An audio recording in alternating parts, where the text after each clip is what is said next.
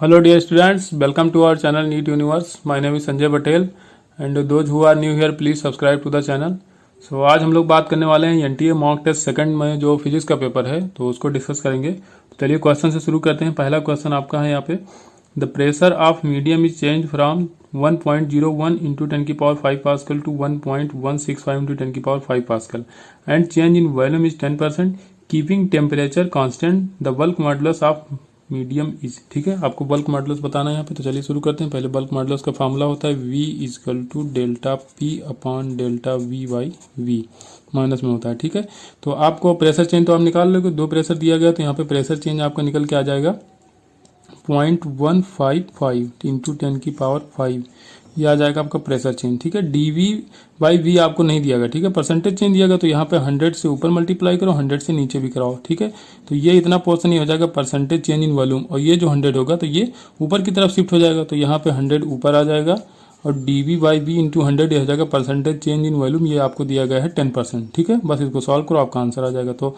ये 0 0 कैंसिल हो जाएगा, ऊपर बचेगा 10, 10 से इसमें मल्टीप्लाई कराओगे तो आ जाएगा 1.55 इंटू 10 की पावर 5 पास्कल। ठीक है, ये आ जाएगा आपका बल्क मॉडुलस। तो ऑप्शन नंबर डी यहाँ पे करेक्ट हो जाएगा।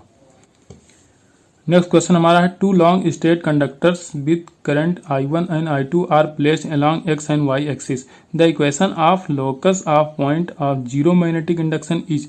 आपसे पूछा जाए कि जीरो मैग्नेटिक इंडक्शन कहाँ पे होगा। ठीक है, वो लोकस आपको बताना है, उसकी लोकेशन बतानी है। ठीक है, ठीक, आप ये हमको क्या करना है, पहले आप इसकी मैग्नेटिक फील्ड की डायरेक्शन निकालो। तो हम मान ले रहे हैं कि यहाँ पे जीरो है, ऐसे सपोज एक पॉइंट हम मान रहे हैं। ठीक है, तो यहाँ पे कैसे जीरो होगा। अब देखो, पहले अगर हम निकालें मैग्नेटिक फील्ड की डायरेक्शन तो थंब रखेंगे करंट की डायरेक्शन में, फिंगर्स को पॉइंट की डायरेक्शन में रखेंगे तो आपका पाम बताएगा मैग्नेटिक फील्ड, मतलब कि जो एक्स एक्सिस पे वायर है इसकी वजह से जो मैग्नेटिक फील्ड होगा वो अपवर्ड होगा। ऐसे वाई एक्सिस पे रखेंगे तो थंब को रखेंगे करंट की डायरेक्शन में, तो आपका जो पाम होगा वो बताएगा मैग्नेटिक फील्ड, तो ये हो जाएगा डाउनवर्ड। तो ये हो जाएगा डाउनवर्ड। तो यहाँ पे एक पॉइंट हमने मान लिया एक्स वाई पॉइंट है, यहीं पे ये मैग्नेटिक फील्ड आपका जो रिजल्टेंट मैग्नेटिक फील्ड आएगा वो जीरो होगा। तो दोनों को क्या करेंगे, दोनों का अगर इंटेंसिटी इक्वल हो जाए, जो भी मैग्नेटिक फील्ड इस वायर और इस वायर की वजह से है, तो दोनों का अगर इंटेंसिटी जो होगी वो इक्वल हो जाए तो यहाँ पे जीरो हो जाए, क्योंकि एक आउटवर्ड है और दूसरे का इनवर्ड है मैग्नेटिक फील्ड। ठीक है, तो बस अब क्या करना है इसकी वजह से, तो इन्फिनाइट वायर की वजह से जो मैग्नेटिक फील्ड होता है वो mu naught I upon 2 pi r. R क्या होता है, वो डिस्टेंस होती है जिस पॉइंट पे हमको निकालना है। तो इस वायर से ये डिस्टेंस कितनी है, एक्स एक्सिस पे है तो इसको एक्स मान लो कि ये एक्स डिस्टेंस पे है।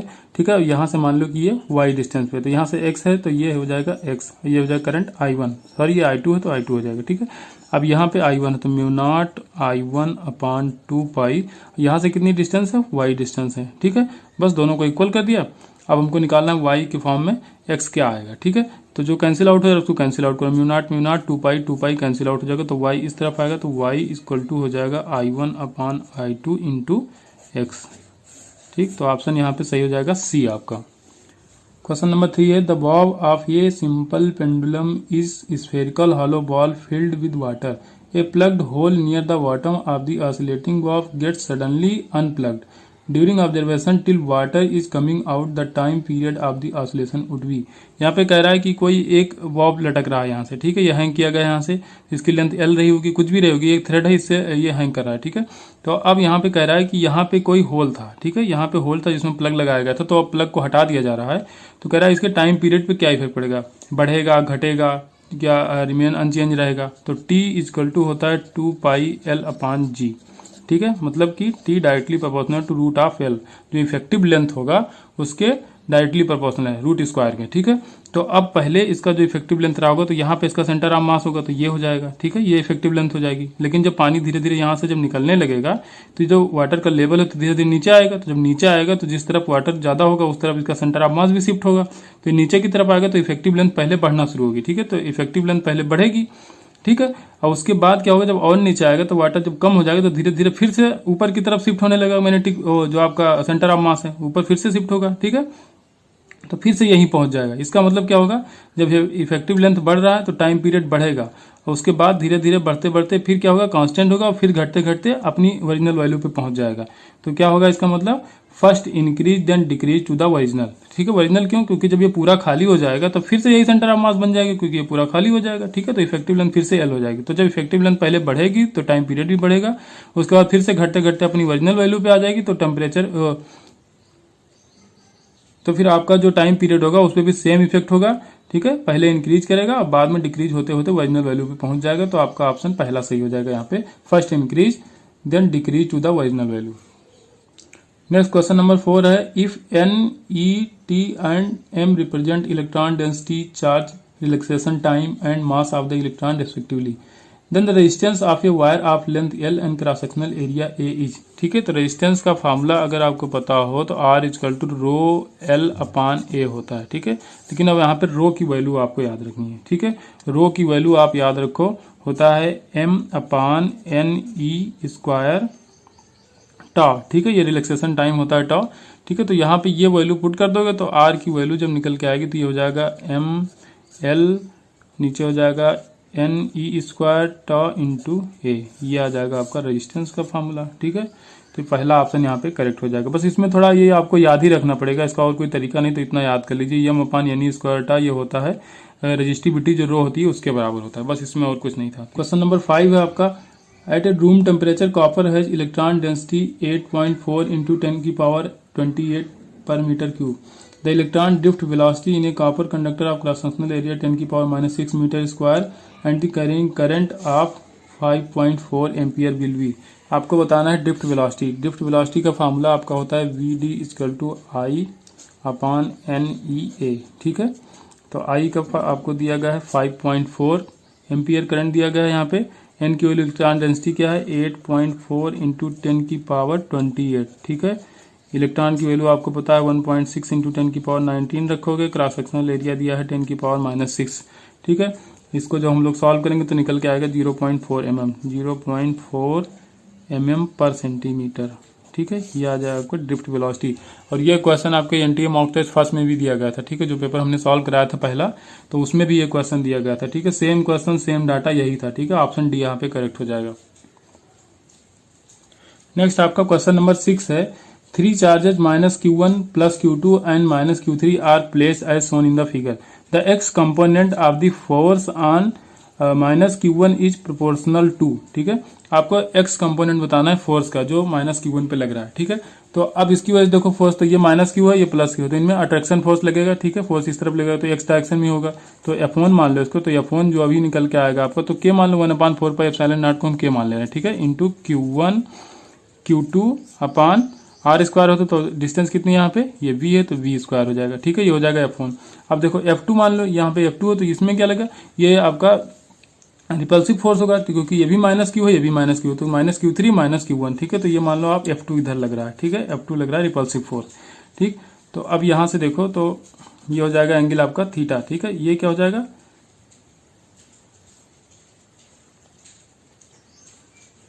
सर ये एंगल होगा आपका थीटा, एंगल ऑफ सिमेट्री से हो जाएगा थीटा, तो ये होगा 90 - थीटा। ठीक है, ये 90 - थीटा होगा, ये हो जाएगा F2। ठीक है, तो F2 की वैल्यू अगर देखो तो हो जाएगा k q1 q3 upon R square की जगह a स्क्वायर कर दोगे, ये हो जाएगा। लेकिन अब इसके कंपोनेंट करने पड़ेंगे, क्योंकि x डायरेक्शन में आपको फोर्स बताना है ना, तो x डायरेक्शन में इसके कंपोनेंट करोगे आप। जाओ यार बनाओ, तो कुछ काम नहीं कर देता यार तो है।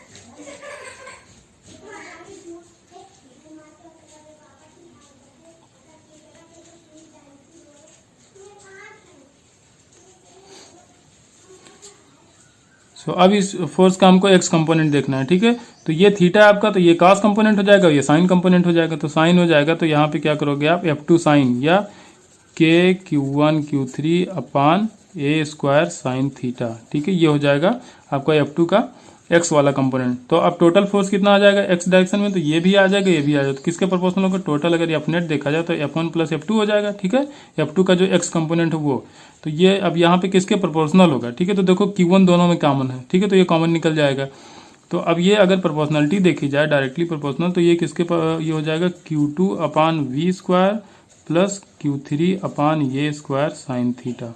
ठीक है, ये अब यहाँ पे दोनों फोर्स हम पहले ऐड करेंगे। ठीक है, एक्स कंपोनेंट इसका तो केवल एक्स कंपोनेंट में ही होगा। ठीक है, एक्स डायरेक्शन में ओनली होगा, F1 जो होगा, F2 होगा तो एक्स में भी होगा, वाई में होगा, तो केवल एक्स आपको लेना था, तो ये डायरेक्टली प्रोपोर्शनल हो जाएगा q2 upon v square plus q3 upon a square sine theta. यहाँ पे ऑप्शन बी करेक्ट हो जाएगा आपका। नेक्स्ट क्वेश्चन नंबर 7 है, a real inverted image is concave mirror is represented by graph. ठीक है, आपसे ग्राफ पूछा गया है, real inverted image in a concave mirror. ठीक है, तो कॉनकेव मिरर में अगर रियल इमेज बन रही है वो भी इन्वर्टेड है, ठीक है। तो इमेज अगर रियल है तो वैसे भी निगेटिव हो जाएगा v, ठीक है, क्योंकि इमेज और ऑब्जेक्ट सेम साइड में रहेंगे। तो ऑब्जेक्ट भी निगेटिव साइन और इमेज का भी निगेटिव साइन। और इसका जो फोकल लेंथ होता है, तो अब कॉनकेव है तो फोकल लेंथ क्या हो जाएगी, निगेटिव हो जाएगी। तो अगर इसका फार्मूला देखा जाए तो होता है 1/v + 1/u = 1/f, ठीक है। ये होता है मिरर के लिए फार्मूला। अगर लेंस होता तो यहाँ पे माइनस होता है। तो अगर f को इस तरफ ले आए तो क्या हो जाएगा, f/v + f/u = 1, ठीक है। अब देखो इसमें सारी पॉजिटिव वैल्यूज हैं, तो जब f/v भी पॉजिटिव है, f/u भी पॉजिटिव है, आपको ग्राफ भी बताना है v/f और u/f के बीच में। तो जब दोनों पॉजिटिव हैं तो क्या होना चाहिए, ये फर्स्ट क्वाड्रेंट में होना चाहिए। जो भी ग्राफ आपका आना चाहिए फर्स्ट क्वाड्रेंट में आना चाहिए। तो फर्स्ट क्वाड्रेंट में आपका एक ही ऑप्शन दिया गया है, पहला। तो इससे भी आप तुरंत लगा सकते हो कि पहला ऑप्शन हो जाएगा। या एक तरीका इसको और है लगाने का, x1 = x2 = हो जाएगा f², ठीक है। तो इससे क्या बनेगा, रेक्टेंगुलर हाइपरबोला। अब ये x1 और x2 जो होता है, सॉरी x2 रहेगा, तो ये होता है किसी भी फोकस से दूरी, फर्स्ट फोकस से दूरी जो भी होगी और फिर सेकंड फोकस से दूरी, ठीक। x1 × x2 = f², तो यहाँ से रेक्टेंगुलर हाइपरबोला बनेगा। और पॉजिटिव हमको कैसे पता चले, क्योंकि ये भी पॉजिटिव है, ये भी पॉजिटिव है, तो ये फर्स्ट क्वाड्रेंट में होगा, क्योंकि फर्स्ट क्वाड्रेंट में सारी चीजें पॉजिटिव होती हैं। तो ऐसे भी कर सकते हो, ये पहला ऑप्शन आपका यहाँ पे सही हो जाएगा। नेक्स्ट क्वेश्चन नंबर 8 है, a table fan rotating at a speed of 2400 rpm is switched off and the resulting variation of the rpm with the time is shown in the figure. The total number of revolution of the fan before it come to rest. ठीक है, आपको total number of revolution यहाँ पे बताना है, ठीक है। यहाँ पे टोटल नंबर ऑफ रिवोल्यूशन आपको बताना है, आपको कुछ नहीं करना है, बस जितना आरपीएम दिया है, ये एक्स एक्सिस पे आपको टाइम दिया गया है, तो बस इसका एरिया निकाल लो तो आपको निकल के आ जाएगा कितने रोटेशन वो करेगा, ठीक है। लेकिन यहाँ पे राउंड पर मिनट दिया है तो उसको आप रेडियन में चेंज कर लेंगे, ठीक है। तो देखो एरिया निकालने के लिए हम क्या करेंगे, जैसे ये पूरा पोर्शन, ये इतना ट्रायंगल है, ठीक है, ये रेक्टेंगल है और ये एक और ट्रायंगल है। तो अगर ये पोर्शन अगर इसका पूरा निकाला जाए तो हो जाएगा हाफ, फिर पैरेलल जो पैरेलल साइड होती है उनका सम ले लिया जाता है। तो 2400 पर मिनट दिया है तो उसको पर सेकंड में करने के लिए 60 से डिवाइड करेंगे, प्लस 600/60, ठीक है, इंटू हाइट कितनी है यहाँ से यहाँ तक, ये हो जाएगा 8, और प्लस इतने पोर्शन का देखा जाए तो 1/2, और ये हाइट इसकी कितनी है 24 - 8 करोगे हो जाएगा 16। यहाँ पे आरपीएम 600 था तो इसको भी चेंज कर लेंगे हम लोग पर सेकंड में, ठीक है। तो कैलकुलेशन है बहुत इजी है, अगर करके देखो तो ये आ जाएगा 40, ये आ जाएगा 10, ठीक है, 40 और 10 ये हो जाएगा 50 को 2 से डिवाइड करोगे 25 इंटू 8, ठीक है, तो ये हो जाएगा 200। और यहाँ पे करोगे तो ये हो जाएगा 10 और ये हो जाएगा 8, तो ये हो जाएगा 80, 200 + 80 ये हो जाएगा 280, ठीक है। तो 280 रिवोल्यूशन निकल के आएगा। चलो नेक्स्ट क्वेश्चन हम देखते हैं, question number 9। Next question number 9 देखेंगे, a ball rolls off the top of the stairway with the horizontal velocity of magnitude 1.8 metre per second. The steps are 0.2 metre high and 0.2 metre wide. Which step will the ball first hit, ठीक है, कौन से step को ball सबसे पहले hit करेगी, उसकी horizontal velocity आपको दी गई 1.8 मीटर पर सेकंड, ठीक है। उसकी चौड़ाई जो है स्टेप्स की वो है 0.2 मीटर और हाइट भी है 0.2 मीटर। तो देखो क्वेश्चन नंबर 9 है ये।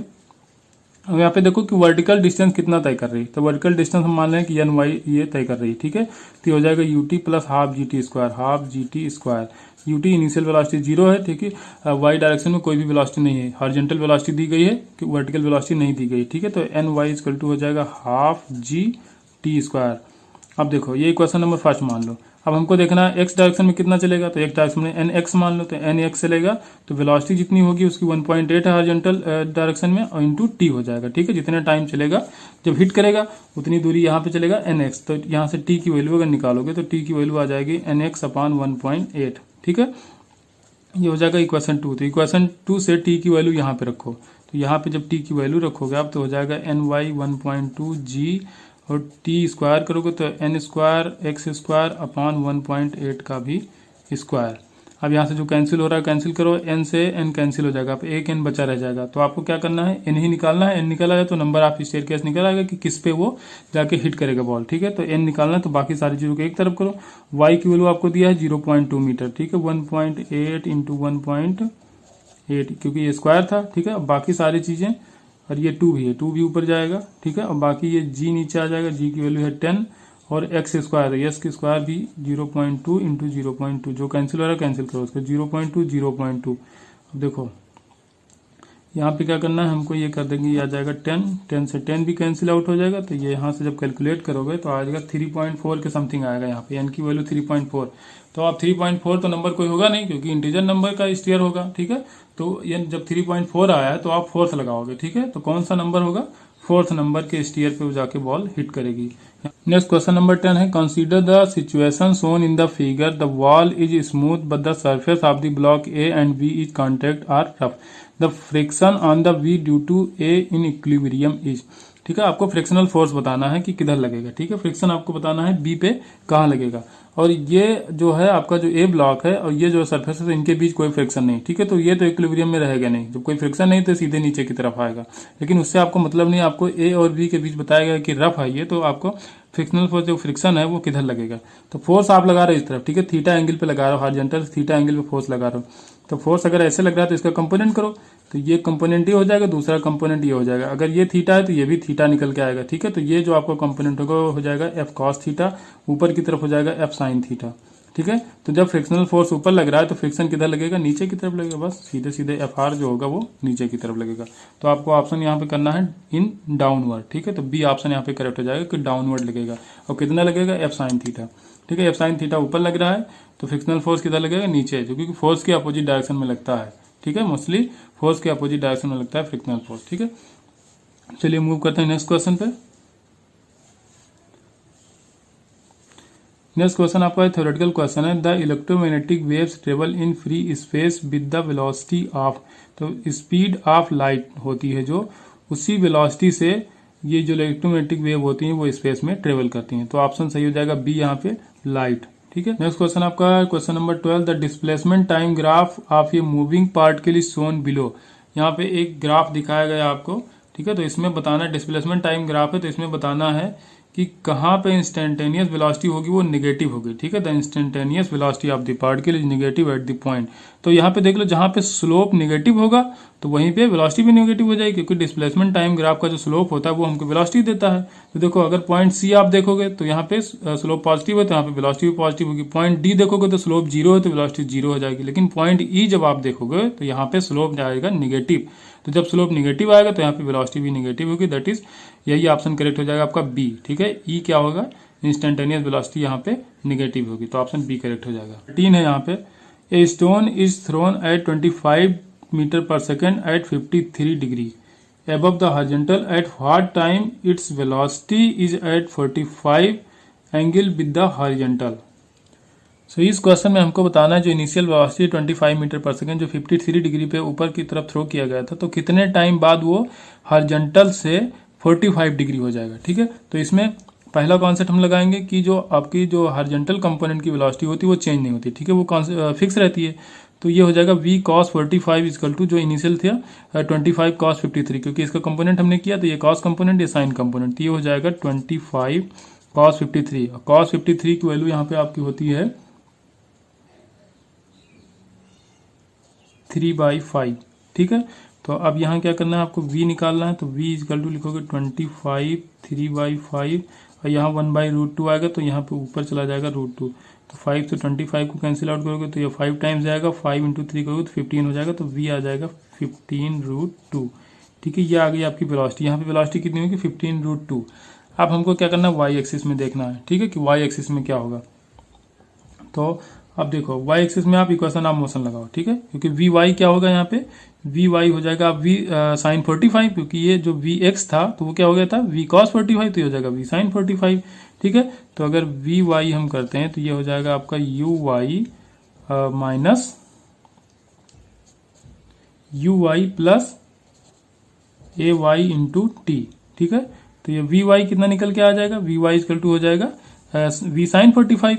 तो v कितना है, ये है आपका 15√2 और साइन 45 करोगे तो 1/√2 हो जाएगा, तो आ जाएगा 15, ठीक है। तो यहाँ पे आ जाएगा 15, तो ये हो जाएगा -15 equal to V Y sine theta. तो U Y sine theta 25 sine 53, 25 sine 53, sine 53 की वैल्यू होती है 4/5। तो 5 को 25 से कैंसिल आउट करोगे तो 5 होगा, 5 4 जा 20 हो जाएगा। तो ये हो जाएगा 20 माइनस 80, ये क्या हो जाएगा, वही जो ग्रेविटेशनल वैल्यू जी लगती है वही होगा 10 इंटू हो जाएगा टी। तो यहाँ से जब टी कैलकुलेट करोगे तो निकल के आ जाएगा 3.5 सेकंड, ठीक है।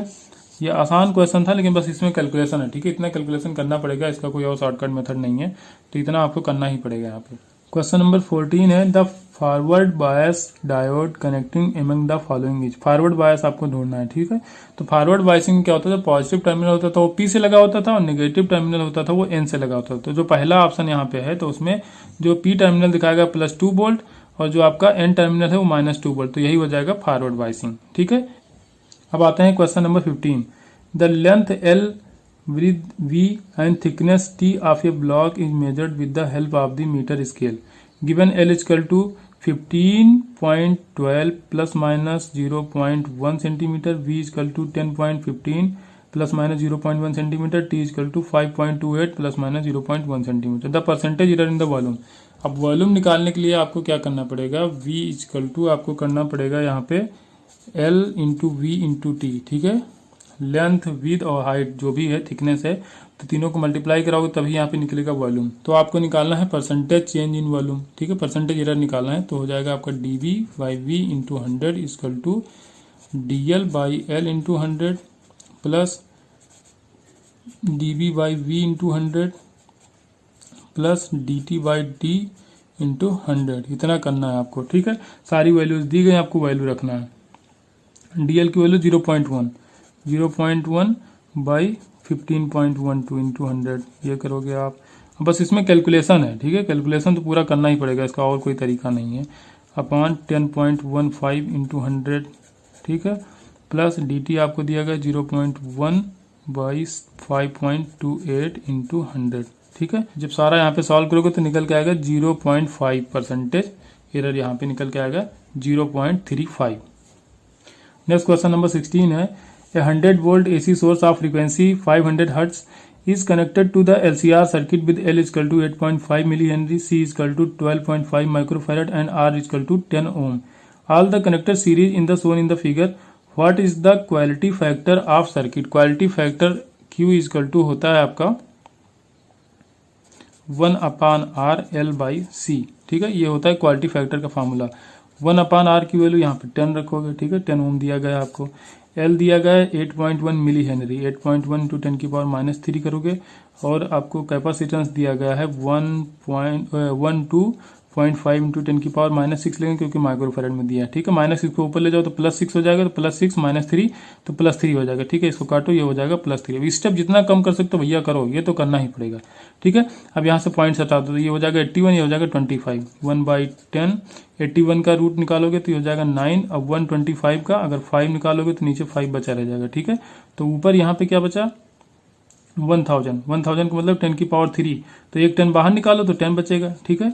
और नीचे बचेगा यहाँ पे 5, तो 5 2 जा 10, और ये 10 से 10 कैंसिल, तो इसको जब आप सॉल्व करोगे ये आ जाएगा 5 1 जा 5 4 बचेगा, यहाँ पे 40 हो जाएगा, 5 8 जा 40 इंटू √2, ठीक है। इसको सॉल्व करोगे तो आ जाएगा यहाँ पे 2.54। क्वेश्चन नंबर 18 है two particle A and B execute simple harmonic motion of period T and 5T/4. They start from mean position. The phase difference between them when the particle A complete the one oscillation will be. इसमें आपको phase difference बताना है जब कोई particle पूरा एक motion पूरा complete कर लेता है, ठीक है। एक राउंड पूरा कंप्लीट कर लेता है, एक ऑसिलेशन पूरा कंप्लीट कर लेता है, तो इसमें बताना है आपको इसमें फेज डिफरेंस कितना आएगा। तो अगर x1 देखा जाए तो ये हो जाएगा आपका A1 sin ω t होता है, ठीक है। sin ω t होता है यहाँ पे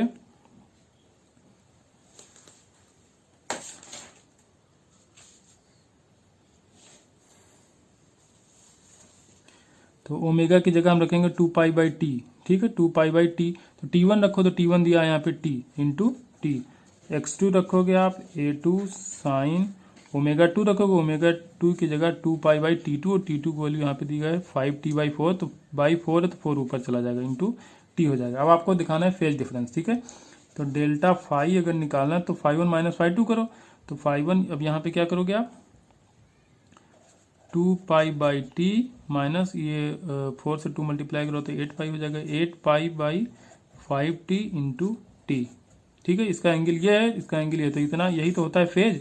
तो दोनों का डिफरेंस निकालेंगे तो वही फेज डिफरेंस आ जाएगा यहाँ पे। तो 5t यहाँ पे हो जाएगा LCM, यहाँ से t कैंसिल हो जाएगा, 5 से मल्टीप्लाई हो जाएगा 10 10 - 8 ये हो जाएगा 2π, तो 2π/5 5t इंटू टी। अब देखो टी की वैल्यू क्या रखोगे, एक कंप्लीट ऑसिलेशन के लिए एक टाइम पीरियड कितना है टी, तो बस टी के लिए टी रख दोगे, तो टी और टी कैंसिल आउट हो जाएगा, यहाँ पे आ जाएगा 2π/5। ठीक है, तो आंसर हो जाएगा सी 2π/5। फेज डिफरेंस कितना निकल के आएगा 2π/5।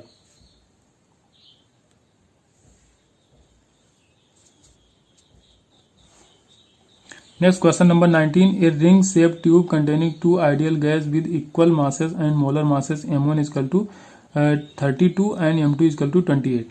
The gases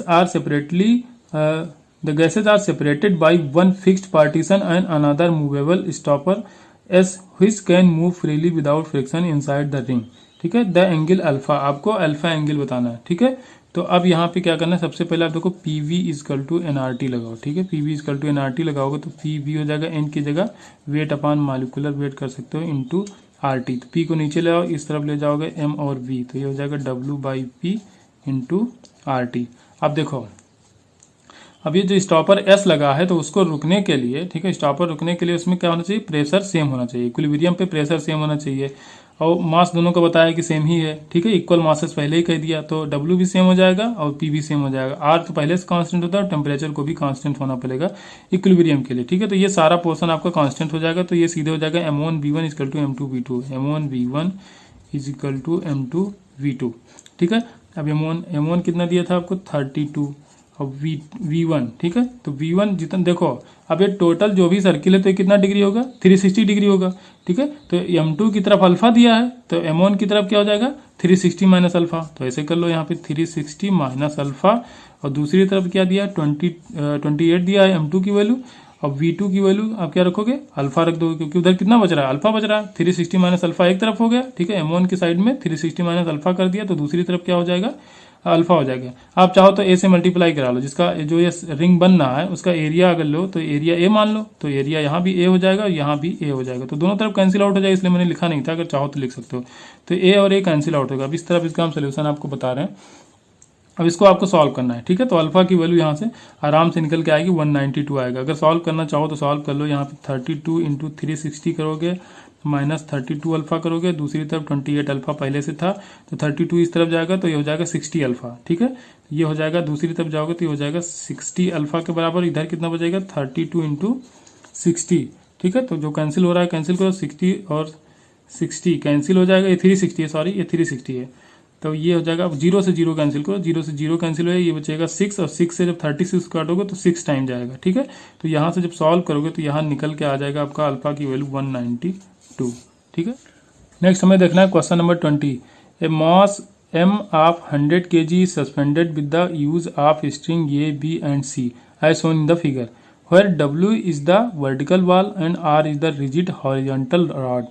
The tension in the string V is, ठीक है, आपको V स्ट्रिंग में टेंशन बताना है। ठीक है, ये है आपका V, ये है C और ये है R। ठीक है, और ये है ये, आपको V में टेंशन बताना है। तो देखो हम मान लें कि यहाँ पे टेंशन T है। ठीक है, यहाँ पे मान लो टेंशन T है, तो अगर इसके कंपोनेंट करोगे तो देखो सिमेट्री से देखा है तो ये 45 एंगल, तो ये भी 45 एंगल, तो ये हो जाएगा आपका T cos 45।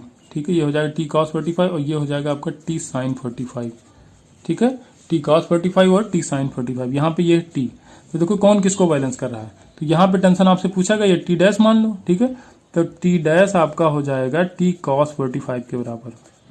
ठीक है, और जो T sin 45 हो जाएगा वो 100 kg जो ये मास लटका हुआ यहाँ पे जो टेंशन होगा उसके बराबर हो जाएगा, तो आपका जो T sin 45 इक्वल टू हो जाएगा mg, तो 100g हो जाएगा। ठीक है, 100g, ये ग्राम नहीं है ये g है, ग्रेविटेशनल वैल्यू जो g होती है वो है। ठीक है, तो t अगर यहाँ से निकालने जाओ तो ये 1/√2 हो जाएगा sin 45 की वैल्यू, तो t की वैल्यू आ जाएगी 100 इंटू √2g। ठीक है, ये आ जाएगी टेंशन की वैल्यू यहाँ पे। अब देखो T डैश की वैल्यू यहाँ पे निकालना है आपको, तो रखो 100√2g cos 45 की वैल्यू 1/√2, √2 कैंसिल आउट हो जाएगा 100g न्यूटन। तो कितना टेंशन आ गया यहाँ पे 100g न्यूटन आ गया। नेक्स्ट क्वेश्चन नंबर 21 है, an inverted well lying at the bottom of the lake 47.6 metre deep has a 50 centimetre cube of air trapped in it. The well is brought to the surface of lake, the volume of the trapped air will become. आपसे पूछा रहा है कि volume में क्या difference आएगा जब वो सरफेस पे लाया जाएगा, कोई भी आपका जो वेल है वहाँ पे आपकी बॉटम पे है, तो अगर सरफेस पे लाया जाए तो उसके वॉल्यूम में क्या चेंज होगा। तो सीधे लगाओ P1 B1 equal to P2 V2, ठीक है। P1 B1 equal to P2 V2, P2 V2 होगा। P1 क्या होगा, तो P1 मतलब जब वो बॉटम पे था, ठीक है। कोई ये लेक है, यहाँ पे कोई वेल है, ठीक है। इसमें एयर एक ट्रैप्ड है जिसका वॉल्यूम बताएगा 50 सेंटीमीटर क्यूब। तो यहाँ पे है, तो इसको जब ऊपर लाया जा रहा है, ठीक है, यहाँ सरफेस पे, तो इसके वॉल्यूम में कितना चेंज आएगा, यही पूछा गया है। तो यहाँ पे प्रेशर कितना होगा, तो पहले तो एटमॉस्फेयर में जो प्रेशर रहा होगा P0 प्लस रो GH, ठीक है, रो GH, ठीक है। रो इसका डेंसिटी, जी तो ग्रेविटेशनल वैल्यू है, और H जो भी इसकी डेप्थ होगी, ठीक है। तो रो GH इंटू V1 कितना था, 50 सेंटीमीटर क्यूब था, ठीक है। या अभी ऐसे V1 लिखा रहने देते, कोई दिक्कत नहीं है, ठीक है। इक्वल टू P2, अब P2 वही जब बाहर आएगा तो जो एटमॉस्फेरिक प्रेशर होगा P0 वही रहेगा इंटू V2, तो आपको निकालना ही है, ठीक है। आप देखिए, अब अगर चाहो तो यहाँ से P0 से डिवाइड करा दो, तो P0 से यहाँ डिवाइड कराओगे, यहाँ डिवाइड कराओ तो ये हो जाएगा 1, तो 1 प्लस, अब देखो रो की वैल्यू 1 रखो, अगर केजी में रखना है 10⁻³ भी करना पड़ेगा इंटू जी, और डेप्थ आपसे बताया था 47.6, ठीक है। तो ये हो जाए, जी की वैल्यू भी 10 हो गई, ठीक है, अपान अब रो नॉट। अब इसकी वैल्यू आपको दिया गया है 70 सेंटीमीटर ऑफ Hg, ठीक है, 70 सेंटीमीटर ऑफ मरकरी। तो अगर इसको आप चेंज करना चाहो तो ये हो जाएगा 70 10⁻², तो हो जाएगा मीटर में। मरकरी का होता है 13.6, ठीक है, इंटू केजी में रखना है तो करोगे 3 इंटू 10, ठीक है। अब ये पूरी वैल्यू आपकी निकल के आएगी V2 की, ठीक। तो V2 की वैल्यू जब यहाँ से आप निकालोगे तो ये आएगा 1 प्लस, और ये पूरा जब सॉल्व करोगे तो निकल के आएगा 5, ठीक है। अब यहाँ पे जो 50 था उसका भी मल्टीप्लिकेशन है, यहाँ पे आगे कर लो, यहाँ पे 50 सेंटीमीटर क्यूब, तो 50 सेंटीमीटर क्यूब। तो जब आप इसको भी सॉल्व करो तो 5 + 1 हो जाए 6, और 6 को जो 50 से मल्टीप्लाई करोगे तो हो जाएगा 300 सेंटीमीटर क्यूब। मतलब कि इसका वॉल्यूम कितना बढ़ जाएगा, पहले 50 था, बाद में 300, मतलब 6 टाइम बढ़ जाएगा, ठीक है, 6 टाइम इंक्रीज कर जाएगा जब ये सरफेस पे आएगा तब। नेक्स्ट क्वेश्चन नंबर 23 है, a polarised light of intensity I0 is pass through a another polariser whose pass in axis and angle of 60 degree with the pass of axis former, ठीक है। What is the intensity of emerging polarising light from the second polariser. कुछ नहीं करना है इसमें, एक polarise light डाली जा रही है, ठीक है, ये ध्यान रखना, पोलराइज लाइट डाली जा रही है, तो इसमें माइनस लाकर लगाओगे तो हो जाएगा I = I0 cos square alpha, ठीक है। आई आपको निकालना है, I0 तो पोलराइज लाइट का दिया है तो कुछ नहीं करना है। अगर अनपोलराइज होता तो पहले इसको I0/2 करते। कॉस स्क्वायर अल्फा की वैल्यू यहाँ पे कितना दिया है, 60 डिग्री दिया है। कॉस 60 की वैल्यू होती है 1/2, 1/2 का स्क्वायर करोगे तो हो जाएगा 1/4, तो आई की वैल्यू निकल के आ जाएगी I0/4। बस इसमें कुछ नहीं करना, सीधा माइनस लॉ आपको लगाना है, ठीक है। माइनस लॉ ये हमने बताया भी था, ये जो हमने पढ़ाया था diffraction in the single slit, तो वहाँ पे मैंने ये सारी चीजें बताई थी, माइनस लॉ पढ़ाया था वहाँ पे, ठीक। चलिए मूव करते हैं नेक्स्ट क्वेश्चन पे। Question number 24, electromagnetic waves propagate in the direction parallel to the vector, ठीक है। इलेक्ट्रोमैग्नेटिक वेव जो भी होती है तो उनका डायरेक्शन होता है E×V, ठीक है, E×V का डायरेक्शन होता है, तो इसके पैरेलल होगा, जो भी डायरेक्शन होगा तो इसी के पैरेलल होगा। तो ऑप्शन यहाँ पे हो जाएगा आपका C, E×V के पैरेलल शो करेगा। जो प्रोपेगेशन की डायरेक्शन होता है, जो भी डायरेक्शन होता है वो इसी के पैरेलल होगा, ठीक है। जो इसका क्रॉस प्रोडक्ट आएगा, इसका जो कोई देखिए दो वेक्टर के क्रॉस प्रोडक्ट वेक्टर ही आता है, तो जो भी वेक्टर आएगा उसी के पैरेलल होगा प्रोपेगेशन की direction.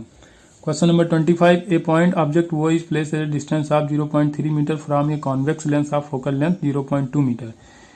It is then cut into 2 half each of which displaced by 0.0005 metre as shown in the figure, ठीक है। Image will be found from the lens at a distance of, image कहाँ बनेगी ये बताना है। तो सीधे फार्मूला लगा, 1/v माइनस लगता है यहाँ पे, लेंस के लिए माइनस होता है, मिरर के लिए प्लस होता है, 1/v minus 1/u equal to 1/f, ठीक है। 1/v आपको बताना है, ऐसे रखो 1/f, f की वैल्यू यहाँ पे कितना दिया गया आपको, फोकल लेंथ दिया गया है 0.2 मीटर, मतलब 20 सेंटीमीटर भी रखते हो, 0.2 ही रखो, कोई दिक्कत नहीं, 0.2 मीटर है तो सेंटीमीटर में ऑप्शन है तो बाद में चेंज कर लेंगे, ठीक है। अब लेकिन अब देखो ये ऐसे यहाँ पे लेंस लगा हुआ है, ऑब्जेक्ट रखा गया है 0.3 मीटर पे, ठीक है। तो अब लाइट यहाँ से जाएगी, लेकिन आपको जो भी मेजरमेंट लेना होता है वो पॉइंट ऑफ एक्शन से लेना होता है। तो पॉइंट ऑफ एक्शन ये है, तो इस तरफ से जब यहाँ होगा मेजरमेंट लें तो इसको नेगेटिव रखना पड़ेगा, तो ये -u होगा, और जब इस तरफ आएगा, ठीक है, तो माइनस माइनस प्लस हो जाएगा, और जब इस तरफ आएगा तो हो जाएगा फिर से माइनस, तो ये हो जाएगा 0.3। तो 1/v इक्वल टू ये कितना हो जाएगा, पॉइंट हटाओ 0 बढ़ेगा, पॉइंट हटाओ 0, तो ये हो जाएगा 5 माइनस 10/3, ठीक है, ये हो जाएगा 10/3। यहाँ से जब v निकालोगे तो आ जाएगा 60 सेंटीमीटर, ठीक है, 0.6 मीटर आएगा यहाँ से जब निकालोगे, लेकिन सेंटीमीटर में चेंज करोगे तो कितना आ जाएगा, 60 सेंटीमीटर। अब जो ये क्वेश्चन है तो ये एग्जाम में पता नहीं क्यों दे दिया, ये IIT मेंस लेवल का क्वेश्चन है, ठीक, कम से कम मेंस या एडवांस में भी ये क्वेश्चन पूछा जा सकता है, क्योंकि इतना ज़्यादा जो मैथमेटिक्स यूज होता है वो आपके नीट में नहीं पूछे जाते हैं, लेकिन अब इसमें पेपर में दे दिया है तो इसको डिस्कस करना जरूरी है, ठीक है। हम लोगों ने सिंपल वाले सवाल लगाए इस तरह के। पहले क्वेश्चन में पढ़ देता हूँ। ए चेन ऑफ लेंथ L, ठीक है, इसकी लेंथ L है, ये लेस देन है πr/2, is placed on the smooth surface whose some part is horizontal and some part is on the quarter circle of radius r in the vertical plane shown. Initially, the whole part of the chain lie in the circular part of the one end and topmost point of the circular surface. If the mass of the chain is m, then work required to pull very slowly the whole chain on the horizontal plane. कह रहा है इस chain को यहाँ तक लाने में कितना वर्क करना पड़ेगा। तो देखो, अगर पहले जो हम लोगों ने क्वेश्चन किए हैं वो सिंपल वाले किए हैं, ऐसे कोई चेन लटक रही होती है, इसको यहाँ पे लाने पे कितना वर्क करना पड़ता है, तो हम मान लेते हैं कि इसका जो भी आपका पोटेंशियल एनर्जी का जो रेफरेंस होता है उसको हम ये रेफरेंस लेवल ले लेते हैं, ठीक है। तो ये मान लेते हैं कि जो अगर L लेंथ है तो L/2 पे इसका सेंटर ऑफ मास मान लेते हैं, तो mgh लगा के वहां से निकल आता है। लेकिन अब यहाँ इसको कहाँ मानोगे, ठीक है, क्योंकि ये तो ये क्वार्टर सर्किल है, इस पार्ट पे ये पूरी चेन रखी हुई है, तो इसका सेंटर ऑफ मास कहाँ मान लोगे, तो इसमें डिफरेंशिएशन लगता है, ठीक है। तो पहले हम डी थीटा पार्ट को मान लेते हैं, ठीक है, यहाँ से एंगल बनना है थीटा, तो इसको डी थीटा पार्ट का पहले हम मास निकालेंगे, ठीक है। तो पोटेंशियल एनर्जी पहले हम निकालेंगे डी पी इनिशियल, ठीक है, पी इनिशियल और पी फाइनल निकालेंगे, तो इसको हम रेफरेंस लेवल मान लिए हैं, ठीक है। तो यहाँ पे पोटेंशियल एनर्जी 0 हो जाएगी, ठीक है। तो डी पी जो इनिशियल है आपका, तो देखिए मास पर यूनिट लेंथ, हम इतना लेंथ केवल ले रहे हैं डी थीटा, ठीक है। तो मास पर यूनिट लेंथ हो गया, ये हो गया m/l into R D theta. अब देखो आर्क लेना है हमको, इतना आर्क लेना है, तो क्या आर्क क्या होता है, एंगल होता है आर्क अपान रेडियस, तो आर्क हो जाएगा रेडियस इंटू एंगल, तो आर डी थीटा इतना हो जाएगा आर्क, ये जो लेंथ आएगी आपकी, तो ये पर यूनिट लेंथ मास हो गया। उसको इतने लेंथ से अगर मल्टीप्लाई करा देंगे तो इतने लेंथ की मास निकल आएगा, तो ये हो गया इतने लेंथ का मास, तो ये हो जाएगा mgh हमको लगाना है। और फिर हो गया g, h की वैल्यू कितने हाइट पे होगा, तो ये मैंने बहुत बार बताया है, जैसे कोई ये पेंडुलम लटक रहा है, ये ऊंचाई पे पहुंच गया, तो ये हाइट क्या होगी, तो ये हाइट होती है r1 minus cos theta. Angle अगर यहाँ पे थीटा है तो ये हो जाएगा r1 माइनस कॉस थीटा, अगर l दिया है तो L1 माइनस कॉस थीटा हो जाएगा, ठीक है। तो यहाँ पे r दिया है तो r लेंगे हम लोग, ये थीटा पहले ही बता दिएगा, ये देखिए ये थीटा यहाँ पे है, तो ये हो जाएगा r1 माइनस कॉस थीटा। अब पोटेंशियल एनर्जी देखो, तो ये क्या हो जाएगा m/l, ये r यहाँ पे आ जाएगा, तो mgr²/l 1 minus cos theta into D theta. अब क्या करो, अब टोटल पोटेंशियल एनर्जी चाहिए, ये तो छोटे से पार्ट का हमने निकाला, तो फिर इसको इंटीग्रेट करा लो, ठीक है। तो जब इंटीग्रेट यहाँ पे कराओगे, इंटीग्रेशन होगा तो डी थीटा अंदर चला जाएगा, ठीक है, इनसाइड मल्टीप्लाई कराओगे तो टोटल पोटेंशियल एनर्जी यहाँ पे आ जाएगा mgr²/l, ये तो कांस्टेंट था, डी थीटा यहाँ पे जब 1 में मल्टीप्लाई होगा और जब इसका इंटीग्रेशन होगा तो आ जाएगा थीटा, सिर्फ ये थीटा लिखा हुआ है, और माइनस अब ये कॉस थीटा का हो जाएगा साइन थीटा, ठीक है। और यू फाइनल क्या हो जाएगा 0, क्योंकि ये हमने रेफरेंस लेवल इसी को माना हुआ है, तो ये हो जाएगा 0। अब चेंज इन पोटेंशियल एनर्जी क्या होता है, वर्क डन होता है, ठीक है। तो डेल्टा यू, तो चेंज इन पोटेंशियल एनर्जी, तो यू फाइनल 0 है, तो you final minus you initial करोगे, यू इनिशियल निगेटिव में आ रहा है, लेकिन जब माइनस करोगे तो ये हो जाएगा प्लस, और प्लस में आ जाएगा mg²/l l/r minus sign l/r। अब कहोगे l/r कहाँ से आएगा, यहाँ पे तो थीटा था, तो देखो थीटा ये है ना, तो वही यहाँ पे वही लगाओ, angle equal to arc upon radius, angle equal to arc upon radius, angle यहाँ पे थीटा दिया है, तो आर्क अपान रेडियस करना, आर्क ये पूरा ले लोगे, पूरा लेंथ जो आपका है ये चेन है, पूरी लेंथ कितनी है l है, तो यही हो जाएगा आपका आर्क, और रेडियस हो जाएगा r, तो थीटा की जगह आप l/r भी लिख सकते हो, तो ये हो जाएगा आपका पूरा आंसर। तो एग्जाम में भाई ऐसे क्वेश्चन आए तो मैं तो कहूँगा इसको छोड़ दो, ठीक है, आपकी जानकारी के लिए मैंने बता दिया, बाकी ये क्वेश्चन छोड़ने वाला है। इस पेपर में 45 में से सिर्फ यही क्वेश्चन था जिसको आप छोड़ सकते थे, ठीक है। इसको छोड़ने से आपके कम से कम सिलेक्शन पे तो कोई इफेक्ट नहीं पड़ेगा। ऐसे क्वेश्चन अगर आप सॉल्व करके आते हो तो फिर आपका रैंक डिसाइड होती है, यहाँ से अच्छी रैंक के आप अधिकार बनेंगे, ठीक है। मूव करते हैं हम लोग नेक्स्ट क्वेश्चन पे। The radius of two planets are respectively r1 and r2 and their densities are respectively ρ1 and ρ2. The ratio of acceleration due to gravity at their surface is, ठीक है। आपको बताना है g की वैल्यू, ठीक है, density और रेडियस के फॉर्म में बताना है। तो जी की वैल्यू जो होती है वो होती है GME/RE²। ठीक है, अब मास के फॉर्म में नहीं, हमको डेंसिटी के फॉर्म में चाहिए, तो मास इक्वल टू हो जाएगा डेंसिटी इंटू वॉल्यूम। ठीक है, तो डेंसिटी इंटू वॉल्यूम, तो जी और जो मास है यहाँ पे रखना है डेंसिटी इंटू वॉल्यूम। डेंसिटी मान लो रो है, ठीक है, वॉल्यूम क्या हो जाएगा 4/3 पाई r³। ठीक है, RE³ अपान RE का स्क्वायर करो। ठीक है, RE² RE³ को काटोगे तो यहाँ क्या बचेगा, केवल और केवल RE बचेगा। ठीक है, तो जी भी कांस्टेंट, रो भी कांस्टेंट, 4/3 भी कांस्टेंट, पाई भी कांस्टेंट। ठीक है, तो अब देखो, अब यहाँ पे रो के फॉर्म में बताना है आपको। ठीक है, तो रो 1 रो 2, तो जी डायरेक्टली प्रोपोर्शनल हो जाएगा रो 1 R1 के। ठीक है, तो अब हमको बताना है G1:G2 का रेशियो। G1:G2 का जो भी रेशियो आएगा वो क्या हो जाएगा, रो 1 R1 रो 2 R2। ठीक है, या ऐसे भी डायरेक्टली याद कर लो, अगर रो भी कांस्टेंट दिया जाए, किसी एक ही प्लेनेट का पूछा जाए, अगर कह दिया डेंसिटी के फॉर्म में बताना है, तो वो जो आपके जी निकल के आया वो डायरेक्टली प्रोपोर्शनल टू आर हो जाएगा। ठीक है, क्योंकि रो भी कांस्टेंट दे जाएगा, लेकिन यहाँ पे दो अलग अलग प्लेनेट बताए गए हैं, तो उनका रो 1 रो 2 था, तो G1:G2 हो जाएगा रो 1 R1 रो 2 R2। नेक्स्ट क्वेश्चन है आपका यहाँ पे, an electron is in an excited state in a hydrogen like atom, it has a total energy of -3.4 electron volt, the kinetic energy is E and its de Broglie wavelength is lambda then. तो देखो यहाँ पे सीधे आपको याद रखना है, total energy होती है minus of kinetic energy equal to potential energy by 2। ठीक है, आपको टोटल एनर्जी दिया गया है -3.4, काइनेटिक एनर्जी पूछा गया है, काइनेटिक एनर्जी होती है माइनस के ही, तो के और माइनस माइनस कैंसिल आउट हो जाएगा, काइनेटिक एनर्जी आ जाएगी 3.4 इलेक्ट्रॉन वोल्ट। ठीक है, ये आ गया। अब आपको बताना है यहाँ पे वेवलेंथ भी बताना है। ठीक है, हाइड्रोजन लाइक एटम है। ठीक है, इलेक्ट्रॉन एक्साइटेड हो रहा है, तो अब यहाँ पे एक तो सीधे सीधा आप लगा सकते हो लैम्डा इक्वल टू H/√2mE। ठीक है, यहाँ से निकाल सकते हो, लेकिन यहाँ सारी वैल्यूज रखनी पड़ेगी, तो आपको मैं कहूंगा कि इसको आप याद कर लो 12.27/√V। ठीक है, इससे आप निकालोगे एंगस्ट्रॉम में निकल के आएगा, ये वैल्यू एंगस्ट्रॉम में निकल के आएगी, तो लैम्डा E इक्वल टू हो जाएगा 12.27√V। अब कहोगे हमको V दिया नहीं गया, तो देखो काइनेटिक एनर्जी दिया गया 3.4 इलेक्ट्रॉन वोल्ट, तो इलेक्ट्रॉन यहाँ पे काट दो तो क्या बचेगा, वोल्ट ही तो बचेगा, तो सीधे यहाँ पे रख दो 3.4। ठीक है, तो √3 का जो आपका वैल्यू निकल के आती है 1.7 होती है, तो √3.4 है तो 1.7 है तो 1.8 आ जाएगा। ठीक है, √3 की वैल्यू क्या आती है 1.7 आती है, लेकिन यहाँ पे थोड़ा सा ज़्यादा है 3.4 है, तो यहाँ पे 1.8 आ जाएगा। ठीक है, तो उससे जब इसको डिवाइड करोगे ऊपर, तो ये आपका निकल के आ जाएगा 6.68 के आसपास आएगा। ठीक है, तो 6.6 इंटू 10⁻⁻10 मीटर। ठीक है, ये वैल्यू निकल के आ जाएगी आपकी वेवलेंथ ऑफ इलेक्ट्रॉन। ठीक है, अब ये पूरा वैल्यू भी आप रख से सॉल्व करते, यहाँ पे मास रखना पड़ता, फिर यहाँ पे एनर्जी इलेक्ट्रॉन वोल्ट में रखते, तो फिर इलेक्ट्रॉन की वैल्यू 1.6 इंटू 10⁻19 भी रखना पड़ता, मास रखना पड़ा 9.1 इंटू 10⁻31, फिर एच की वैल्यू रखता है 6.67 इंटू 10⁻34। तो सारी वैल्यूज रख के आप सॉल्व करते तब भी यही आता, लेकिन आप इसको अगर याद रखोगे तो आपके लिए बहुत फायदा होगा। ठीक है, टाइम बचाना जरूरी है और टाइम बचाते चलिए। चलिए मूव करते हैं नेक्स्ट क्वेश्चन पे। Next question number 29. In a resonance pipe, the first and second resonance are obtained at a depth 27.7 cm and 70.2 cm respectively. What will be the end correction? देखो सीधे end correction का formula लगाना है इसमें, E equal to L1 - 3L2/2। ठीक है, L1 आपको दिया गया यहाँ पे 70.2 -3 इंटू L2 दिया गया है 22.7/2।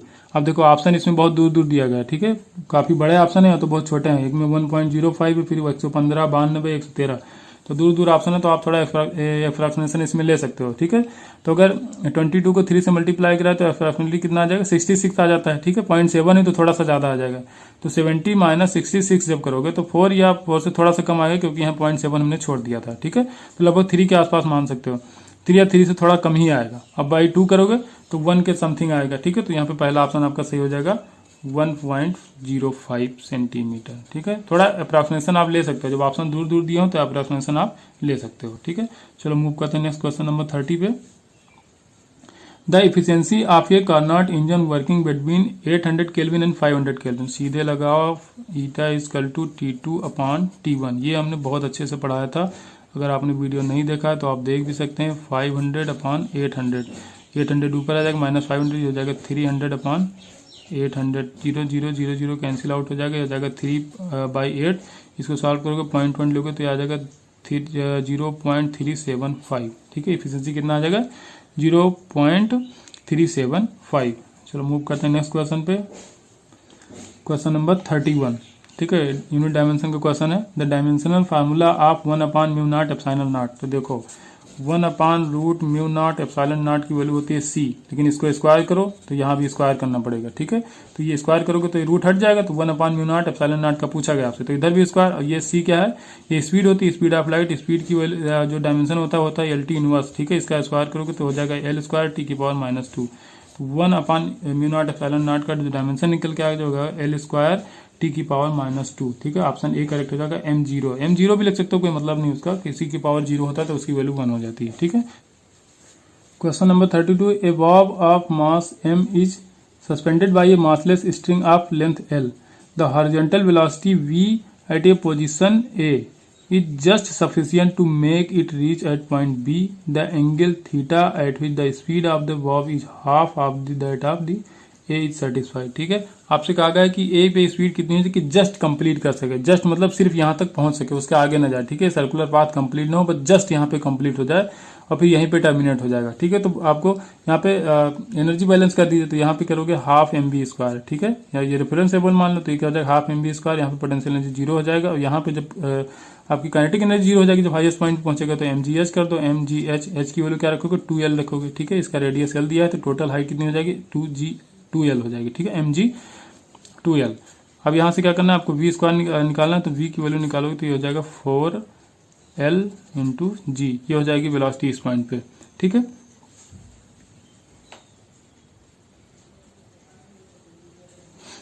अब आपसे ये एंगल पूछा गया, ठीक है, ये एंगल पूछा गया, तो फिर से यहाँ से यहाँ तक कंजर्वेशन ऑफ मैकेनिकल एनर्जी लगा दो, ठीक है। तो यहाँ पे वेलोसिटी कितनी है, हाफ m, v² करोगे तो v² की वैल्यू आ जाएगी 4l × g, plus potential energy यहाँ पे 0 है इक्वल टू, अब यहाँ पे देखना है हमको, फिर से हाफ m v², यहाँ पे क्या कहा v/2 होगा, तो v यहाँ पे कितना था, √4lg, या इसको 4 को रूट से बाहर निकालो तो हो जाएगा 2l × g। लेकिन यहाँ पे v/2 है, तो v/2 जब कर लोगे तो 2 कैंसिल आउट हो जाएगा, तो यहाँ पे केवल lg बचेगा, ठीक है। तो mv², तो यहाँ पे वेलोसिटी कितना बचेगा, √lg, क्योंकि v/2 करना है। यहाँ पे कितना था, 2lg था, ठीक है। by 2 करोगे तो यहाँ पे lg बचेगा, तो ये हो जाएगा l × g plus mgh। Height कितनी होगी, फिर से वही 1, जो कि आपका लेंथ है वो कितना है, l दिया है, l1 - cos थीटा, ठीक है। ये बहुत बार बता चुका हूँ, फिर बता रहा हूँ, ठीक है।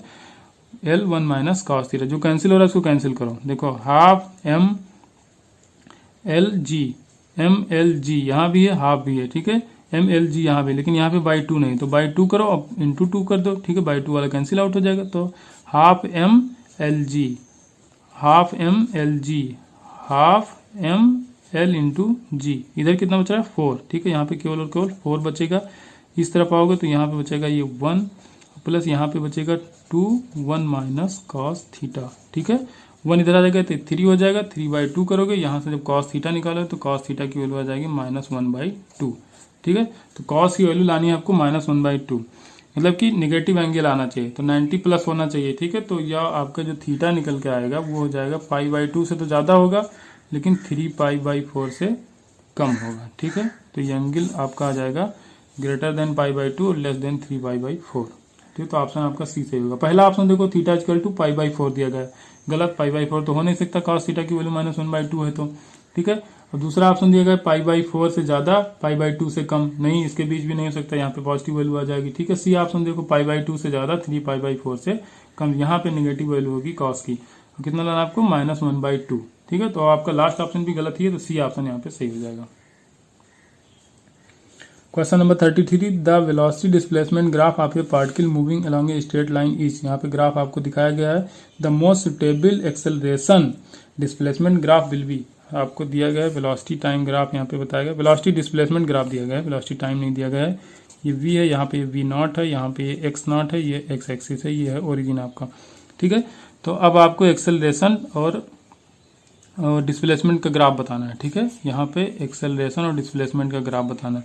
तो एक्सेलरेशन का एक फार्मूला आपने देखा होगा, v/dv/dx, ठीक है, v/dv/dx, ये एक्सेलरेशन का फार्मूला होता है। तो यहाँ से dv/dx इसका स्लोप हो जाएगा, ठीक है। dv/dx स्लोप, तो स्लोप कहाँ है, यहाँ पे कांस्टेंट है, स्लोप यहाँ पे कांस्टेंट, तो ये वैल्यू तो कांस्टेंट हो जाएगी। अब सारा कुछ डिपेंड हो गया v पे, तो v आप देखो और उससे आपको पता चल जाएगा। तो v क्या है यहाँ पे, v यहाँ पे मैक्सिमम था, ठीक है। तो v मैक्सिमम तो एक्सेलरेशन भी मैक्सिमम पे होगा, ठीक है। उसके बाद क्या हो रहा है, v कम हो रहा है, धीरे धीरे v कम हो रहा है, इसका मतलब एक्सेलरेशन भी धीरे धीरे क्या हो रहा है, कम हो रहा है, ठीक है। तो इससे यहाँ से शुरू होगा maximum acceleration, maximum negative acceleration, क्योंकि नेगेटिव क्यों, क्योंकि वेलोसिटी को कम कराते हैं, नेगेटिव एक्सेलरेशन या रिटार्डेशन भी बोल सकते हो। तो ये यहाँ से शुरू होगा, धीरे धीरे कम होते होते यहाँ पे जीरो हो जाएगा। जब वेलोसिटी जीरो होगी तब यहाँ पे एक्सेलरेशन भी जीरो हो जाएगा। तो ऑप्शन ये यहाँ पे सही हो जाएगा आपका, ठीक है। मूव करते हैं नेक्स्ट क्वेश्चन पे। Question number 34, a drum of radius capital R and mass capital M rolls down without slipping along a incline plane of angle theta. The frictional force क्या करता है, convert translational energy to rotational energy. बिल्कुल सही, जो frictional force होता है वही translational kinetic energy होती है, उसको रोटेशनल काइनेटिक एनर्जी में चेंज करता है। क्योंकि देखो अगर वो रोटेशनल में चेंज नहीं करेगा ना तो कोई भी ब्लॉक होगा तो स्लिप करके नीचे आएगा, तो वैसे ऐसे रोल करके नहीं आएगा। जैसे ऐसे रोल करके जा रहा है तो ये रोलिंग तभी हो रही है जब फ्रिक्शनल फोर्स लग रहा है। फ्रिक्शनल फोर्स नहीं होगा तो रोल नहीं करेगा, सीधा ये ट्रांसलेटरी मोशन होगा, ठीक है, स्लिप करते हुए नीचे जाएगा। तो बस इतना याद रखना है। तो ये फर्स्ट ऑप्शन सही हो जाएगा, convert translational kinetic energy to rotational energy, ठीक है। Next question number 35, a sample of F18 is used internally as a medical diagnosis tool to look for a effort of positron decay, ठीक है। Next question number 35 है,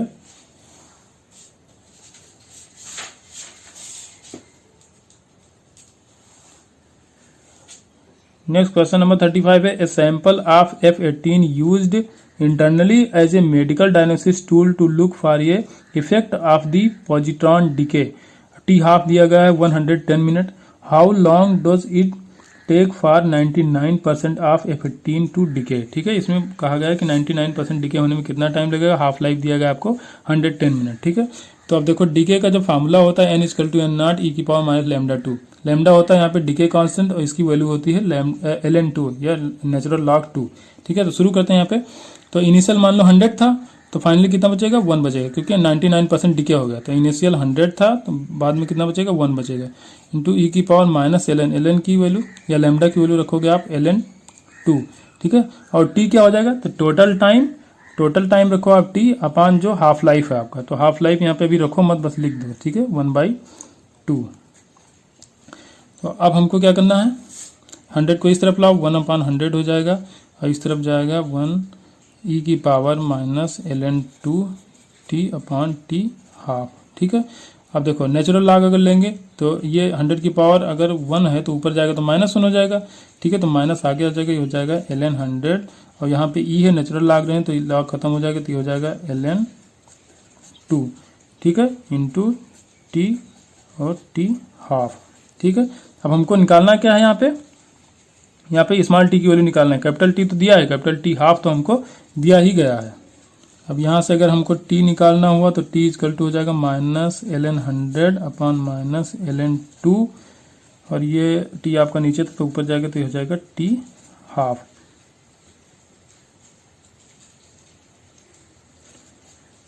minus minus cancel out हो जाएगा, ln 100 की value आ जाएगी 2, ln 2 की value आ जाएगी 0.3010 into T half की वैल्यू 110 मिनट दिया था। तो यहाँ पे हो जाएगा आपका, अगर मिनट में चाहिए तो 731 मिनट हो जाएगा, या 12.2 आवर्स हो जाएगा। इसको 60 से डिवाइड करोगे तो 12.2 आवर्स आ जाएगा, ठीक है। ये आ जाएगा आपका टाइम। नेक्स्ट क्वेश्चन नंबर 36 है, if the mass of the neutron equal 1.7 × 10⁻⁻27 kg then the de Broglie wavelength of the neutron of energy 3 electron volt is. आपको डी ब्रॉगली वेवलेंथ बताना है न्यूट्रॉन का, ठीक है। तो ये हो जाएगा h/√2me। 2m की वैल्यू दिया है 1.7 × 10⁻27 होता है, इंटू ई दिया 3 इलेक्ट्रॉन वोल्ट। 3 इलेक्ट्रॉन वोल्ट की जगह इलेक्ट्रॉन की जगह रख दोगे 1.6 × 10⁻19। एच की वैल्यू भी यहीं रख दो 6.67 × 10⁻34। इसको आप सॉल्व करोगे आ जाएगा 1.6 × 10⁻11। क्वेश्चन को सॉल्व करने का और तरीका है, अगर लैम्डा इक्वल टू आप याद कर सको तो 0.286/v याद कर लो, ठीक है। अब v यहाँ से एनर्जी आपको दिया था 3 इलेक्ट्रॉन वोल्ट, तो इलेक्ट्रॉन वहाँ से काट दो, वोल्ट आ जाएगा 3, ठीक है। तो 2.86/√3 की वैल्यू आ जाएगी 0.7, ये आता है एंगस्ट्रॉम में, ठीक है। इसको जो आप सॉल्व करोगे तब भी यही वैल्यू निकल के आ जाएगी 1.6 × 10⁻11 मीटर, ठीक है। तो इससे ज़्यादा आसानी होगी अगर वैल्यू आपको याद है तो, ठीक है। इलेक्ट्रॉन के लिए मैंने पहले ही बता दिया था 12.27 × 10√v होता है, ठीक है। लैम्डा निकालना है तो वो यूज़ कर सकते हो यहाँ पे। चलो बढ़ते हैं नेक्स्ट क्वेश्चन की तरफ हम लोग। नेक्स्ट क्वेश्चन आपका 37 है, magnetic needle free to rotate in a vertical plane parallel to the magnetic meridian has its north tip pointing down at 22 degree with the horizontal component of the earth magnetic field at the place known to be 0.35 g. Determine the magnitude of the earth magnetic field at the place. ठीक है, यहाँ पे कुछ नहीं कहा गया, बस ये यहाँ पे मैग्नेटिक निडल है जो यहाँ पे डिप कर रही है 22 डिग्री। ठीक है, ये हो जाएगा आपका बी। इस पॉइंट पे अर्थ का जो मैग्नेटिक फील्ड है वो बी हो जाएगा। ठीक है, ये साउथ पोल है, ये नॉर्थ पोल है आपका, तो ये हो जाएगा हॉरिजॉन्टल कंपोनेंट, ये हो जाएगा वर्टिकल कंपोनेंट। ठीक है, तो अब यहाँ पे करोगे जब आप, तो ये हो जाएगा V H equal to V cos 22। ठीक है, V is equal to V cos 22। V horizontal आपको दिया गया है 0.35। ठीक है, ये आपको क्वेश्चन में दिया गया हॉरिजॉन्टल कंपोनेंट इंटू वी, और कॉस 22 की वैल्यू भी क्वेश्चन में आपको दी गई है 0.9272। तो यहाँ से जब वी की वैल्यू आप निकालने जाओगे तो 0.35 अपॉन 0. यहाँ पे पॉइंट लगा है 0.9272, तो इससे निकल के आएगा 0.38। ठीक है, जब 0.9 है मतलब 1 से कम है तो थोड़ा सा जो भी आ रहा है उससे थोड़ा सा ज़्यादा होगा। तो ऑप्शन में आप देख सकते हो थोड़ा सा ज़्यादा, एक तो 38 दिया, एक तो 40 दिया, तो यहाँ पे 38G हो जाएगा। ठीक है, ऑप्शन यहाँ पे करेक्ट हो जाएगा ए। ये होता है angle of dip. Next question 38 है, 4 rod of equal length L and mass M each from the square as shown in the figure, moment of inertia about 3 axis 1 2 3 and says I1 I2 I3 then match the following। इसमें matching करना है आपको, तो मैं आपको बता दे रहा हूँ, मैच आप कराते रहना है। L है L है L है, चारों का लेंथ L दिया गया है।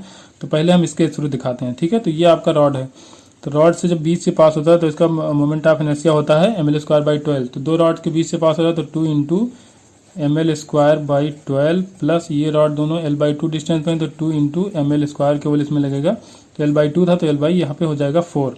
ठीक है, तो ये निकल के आएगा आपका ये हो जाएगा ml²/6, ये आ जाएगा ml²/2। यहाँ पे हो जाएगा ml²/6 प्लस ml²/2। यहाँ पे एलसीएम लोगे 6 आ जाएगा, तो ये हो जाएगा ml², यहाँ पे 3 ml² और हो जाएगा, तो ये टोटल हो जाएगा 4 ml², 2 3, तो 2 ml²/3। ठीक है, ऐसे जब यहाँ पे निकालोगे तो ये रॉड के एंड से पास हो रहा है, तो एंड से जब पास हो रहा है तो होता है ml²/2।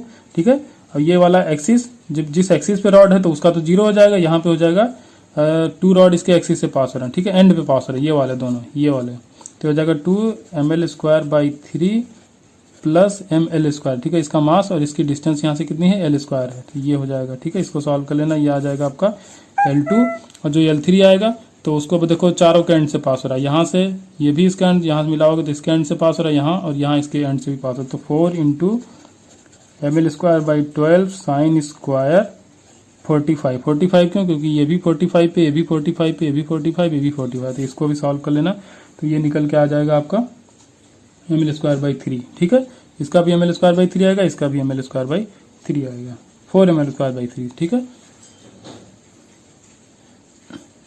Next question number 39, a room at a 20 degree Celsius is heated as heater resistance of 20 ohm connected to 200 volts main. अब यहाँ पे टेम्परेचर बताया गया रूम का कि यूनिफॉर्म होता है, ग्लास विंडो लगी है जिसका एरिया 1 मीटर स्क्वायर है और थिकनेस है 0.2 सेंटीमीटर। तो यहाँ पे कैलकुलेट करना है आउटसाइड का टेम्परेचर कितना होगा। ठीक है, और ग्लास की जो कंडक्टिविटी है वो दी गई है आपको 0.2 कैलोरी पर मीटर पर डिग्री सेल्सियस पर सेकंड। ठीक है, मैकेनिकल इक्विवेलेंट दिया गया है 4.2 जूल। ठीक है, तो यहाँ पे क्या करना है आपको, dQ/dt equal to KAT1 minus T2 upon L करना है। dQ/dt आपको इससे निकालना पड़ेगा हीटर से, तो वो क्या होता है V²/R होगा। ठीक है, V²/R इंटू T होता है, तो पर सेकंड निकालना है, तो T का कोई मतलब नहीं, तो V²/R यहाँ पे कर दोगे तो ये हो जाएगा 200 इंटू 200 अपॉन R दिया है 20 ओम। ठीक है, कंडक्टिविटी आपको दी गई है यहाँ पे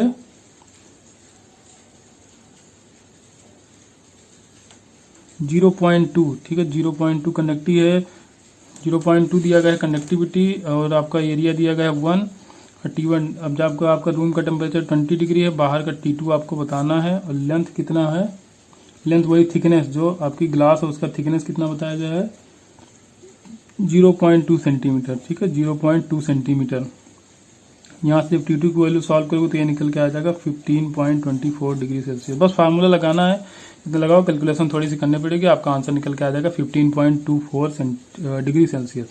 नेक्स्ट क्वेश्चन नंबर 40 है, a gas mixer consist of 2 mole of oxygen 4 mole of argon at temperature T neglecting all of the vibrational modal total internal energy of the system. Total internal energy आपको बताना है, सीधे करना है F1/2 N1 RT plus F2/2 N2 RT। ठीक है, F1 degree of freedom, जो आपका देखिए आप जो ऑक्सीजन है वो डायटोमिक मॉलिक्यूल है, आर्गन है मोनोएटॉमिक। तो डायटोमिक मॉलिक्यूल के लिए जो F होता है उसकी वैल्यू होती है 5, तो 5/2 2 मोल दिया गया है यहाँ पे। ठीक है, 2 मोल ऑक्सीजन था तो N1 की वैल्यू 2 इंटू RT करोगे, 2 कैंसिल हो जाएगा 5 RT। और जो मोनोएटॉमिक गैस होता है डिग्री ऑफ फ्रीडम उसकी होती है 3, तो 3/2 N2 है 4 मोल N2 RT, 2 से 4 कैंसिल 2 हो जाएगा, 3 इंटू 2 हो जाएगा 6, तो 6 RT प्लस 5 RT हो जाएगा 11 RT। आपको पूछा गया क्वेश्चन, एग्जाम में पूछा जा चुका है। ठीक है, नेक्स्ट क्वेश्चन हम लोग देखेंगे, a wave form shown when applied to a following circuit will produce which of the following output wave form assuming ideal diode configurating and R1 equal to R2। अब यहाँ पे एक वेव फॉर्म दिया गया है 5 वोल्ट पॉजिटिव में 5 volt negative में। तो देखो जो आपको सर्किट दी गई है तो ये सिर्फ और सिर्फ कब काम करेगी, फॉरवर्ड बायसिंग कंडीशन में काम करेगी। तो जो इनपुट वोल्टेज है तो वहाँ पे आगे का क्या होना चाहिए, जो एन टर्मिनल होना चाहिए वो निगेटिव होना चाहिए और पी टर्मिनल होना चाहिए वो पॉजिटिव होना चाहिए। ठीक है, तो सिर्फ और सिर्फ निगेटिव वैल्यू के लिए काम होगा इसमें। तो सिर्फ जो थर्ड क्वाड्रेंट है, आपको जो ग्राफ बनाया गया ऊपर जो थर्ड क्वाड्रेंट है -5 वाला, ठीक है, क्योंकि ऊपर 2 वाला 2 तो पॉजिटिव है, फिर नीचे एक गया तीसरा वाला। ठीक है, तीसरे टाइम में नीचे गया है तो वही वाला क्वाड्रेंट हमको लेना -5 वोल्ट। तो कितना ड्रॉप आएगा -5 वोल्ट का, लेकिन -5 वोल्ट का दो रेजिस्टेंस में मिला के आ रहा है, क्योंकि दोनों रेजिस्टेंस की वैल्यू सेम बताई गई R1 इक्वल टू R2। ठीक है, तो दोनों रेजिस्टेंस सेम है तो दोनों में मिला के 5 वोल्ट ड्रॉप हो रहा है, तो एक में 2.5 होगा। तो आपका ऑप्शन यहाँ पे सही हो जाएगा डी ऑप्शन -2.5 वोल्ट। ठीक है, मूव करते हैं नेक्स्ट क्वेश्चन पे। Question number 42, the maximum energy Question number 42, the maximum internal energy in a thermal radiation from the source occur at the wavelength of 400 angstrom. The effective temperature of the source, beans का displacement ला अगर आपको बताओ तो lambda T equal to होता है we. T आपको निकालना है, वी की वैल्यू दिया है 2.93 इंटू 10⁻³ अपॉन लैम्डा की वैल्यू दिया है 4000 एंगस्ट्रॉम रखोगे तो -10 रखोगे तो ये वैल्यू निकल के आ जाएगी कि 7325 केल्विन। ठीक है, ये आ गया आपका 7325 केल्विन। बीन्स का डिस्प्लेसमेंट है, यहाँ से बहुत बार क्वेश्चन पूछा गया, बहुत इंपॉर्टेंट फार्मूला है, जो हीट हमने पढ़ाया था तो ये सब कुछ वहाँ पे डिस्कस किया था, इसके क्वेश्चन भी कराए थे। नेक्स्ट क्वेश्चन नंबर 43 है, a bob of mass M is tied with a thread and is made to move in a circular path of a frictionless stable surface about the point O as shown in the diagram. The hypothetical electric field in a radial direction exists along a table surface. In this condition, the bob is unchanged with the tension in the thread T. If bob is given some charge, ठीक है, पहले क्या था अनचार्ज था, Bob क्या था अनचार्ज था, electric field है यहाँ पे, तो कह रहे हैं अगर चार्ज दे दिया जाए तो क्या होगा, इसमें टेंशन बढ़ेगी घटेगी। तो देखो अगर पॉजिटिव चार्ज है तो क्या होता है, इलेक्ट्रिक फील्ड के अवे उसमें फोर्स लगता है तो टेंशन बढ़ जाती है। अगर नेगेटिव चार्ज हो तो टेंशन कम हो जाती है, इलेक्ट्रिक फील्ड के अपोजिट डायरेक्शन में फोर्स लगता है। लेकिन हमसे यहाँ पे कहा नहीं गया कि पॉजिटिव चार्ज है कि नेगेटिव चार्ज है, तो हम लगाएंगे यहाँ पे कि टेंशन बढ़ भी सकता है और टेंशन घट भी सकता है। तो बी ऑप्शन यहाँ पे। नेक्स्ट क्वेश्चन 44 है, an accurate pendulum clock is mounted on a ground floor of a high building. How much time will it loss और gain in 1 day if it is transferred to top storey of a building which is h equal to 200 meter higher than the ground floor. Radius of the earth is 6.4 into 10⁶ metre. यहाँ पे कह रहा है कि अगर किसी clock को ground floor पे रखा जा रहा है वो बिल्डिंग 200 मीटर ऊंची है। ठीक है, तो जब टॉप मोस्ट फ्लोर पे लिया जा रहा है, उसका जब पेंडुलम लेके जाया जा रहा है तो वहां पे कितना टाइम लॉस होगा कि गेन होगा। तो देखो t इक्वल टू होता है 2πL/g। ठीक है, t इक्वल टू होता है L/g। हमको क्या करना है, अब g में चेंज देखना है। तो g में जो चेंज होता है g equal to g1 plus h/RE का होल स्क्वायर होता है। ठीक है, या g' करोगे तो ये सीधे आ जाएगा 1/1 प्लस h/RE का होल स्क्वायर। अब यहाँ पे हमको क्या करना है, t के इनवर्सली प्रोपोर्शनल होता है g, तो t/t2। ठीक है, t1/t2 तो ये हो जाएगा √g2/g1। तो t1/t2 इक्वल टू लिखेंगे अगर हम तो यह जाएगा √g2/g2, मतलब g'/g2 क्या हो जाएगा, g' ही तो होगा। तो ये सीधे आप करोगे 1/1 प्लस h/RE का होल स्क्वायर करोगे तो स्क्वायर हट जाएगा यहाँ से। ठीक है, स्क्वायर रूट हट जाएगा। तो t1/t2 equal to 1/1 plus h/RE। ठीक है। आपको निकालना है T2, तो T2 इस तरफ लाओ, बाकी सारी चीज़ें इस तरफ लाओ, तो T1 यहाँ हो जाएगा 1 plus H upon RE equal to T2, ठीक है। अब क्या करना है, T1 ऐसे रखना है, 1 प्लस H कितना है 200 मीटर, और RE की वैल्यू आपको रखना है 6.4 इंटू 10 की पावर 6, ठीक है। तो अब हमको क्या करना है, डेल्टा T निकालना है, तो क्या करेंगे T2 माइनस T1 करेंगे, ठीक है। T2 माइनस T1 करेंगे,